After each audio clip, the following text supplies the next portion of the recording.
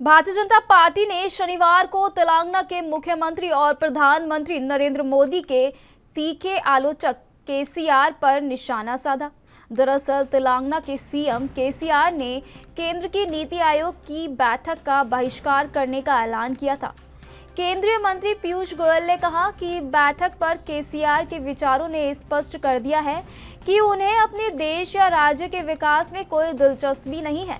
केसीआर ने पीएम मोदी को कड़े पत्र में कहा कि नीति आयोग की बैठक उपयोगी नहीं होगी क्योंकि यह राज्य के विकास पर ध्यान केंद्रित नहीं करता है।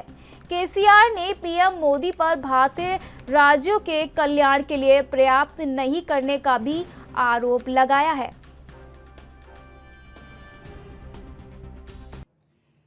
बहुत दुर्भाग्यपूर्ण है कि वो अपनी राजनीतिक सोच इससे उजागर करते हैं कि विकास के कामों में, देश को प्रगति की ओर लेके जाने के कामों में भी उनको कोई रुचि नहीं रही। वो समझते हैं कि वो बहुत बड़े हो गए हैं और शायद इतने महत्वपूर्ण कार्यक्रम में भी उनको अब आने में कोई दिलचस्पी नहीं रही है। लेकिन वो भूल रहे हैं कि देश को अगर आगे बढ़ाना है, देश को समृद्ध बनाना है, तो हर राज्य को भी समृद्ध बनाने का जो सपना प्रधानमंत्री नरेंद्र मोदी जी का है, उसी को लेके भारत की सरकार काम कर रही है। नीति आयोग अलग अलग योजनाएं बना रही है।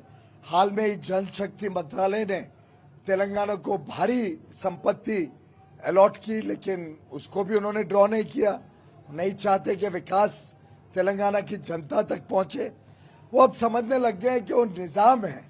ऐसे ही जब कोविड के लिए भी मीटिंग बुलाई थी प्रधानमंत्री जी ने मई 2022 में, जुलाई 2022 में, तब भी वो नहीं हाजिर हुए थे।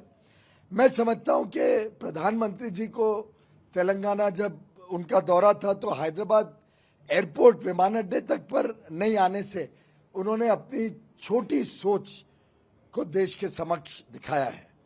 मुझे लगता है जिस प्रकार से तेलंगाना की जनता ने बार बार उनको पराजय दी है, चाहे वो दुब्बक का चुनाव हो, चाहे हजूराबाद का हो, उससे शायद शर्मिंदगी महसूस कर रहे हैं, जिसके कारण वो आज प्रधानमंत्री जी की बुलाई हुई उनके नेतृत्व में नीति आयोग की गवर्निंग काउंसिल की महत्वपूर्ण बैठक में भी कल नहीं आने वाले। मैं तो अनुरोध करूंगा कि उन्होंने पुनः विचार करना चाहिए और ऐसे महत्वपूर्ण मौके पर जब पूरे देश के सभी मुख्यमंत्री एकजुट होकर देश को आगे बढ़ाने के लिए काम कर रहे हैं, उसमें तेलंगाना भी आगे बढ़े, उसके लिए उनको चिंता करनी चाहिए। हमारा विश्वास है कि केंद्र सरकार हर राज्य को बिना भेदभाव के आगे बढ़ाने के लिए पूरी प्रतिबद्धता के साथ काम कर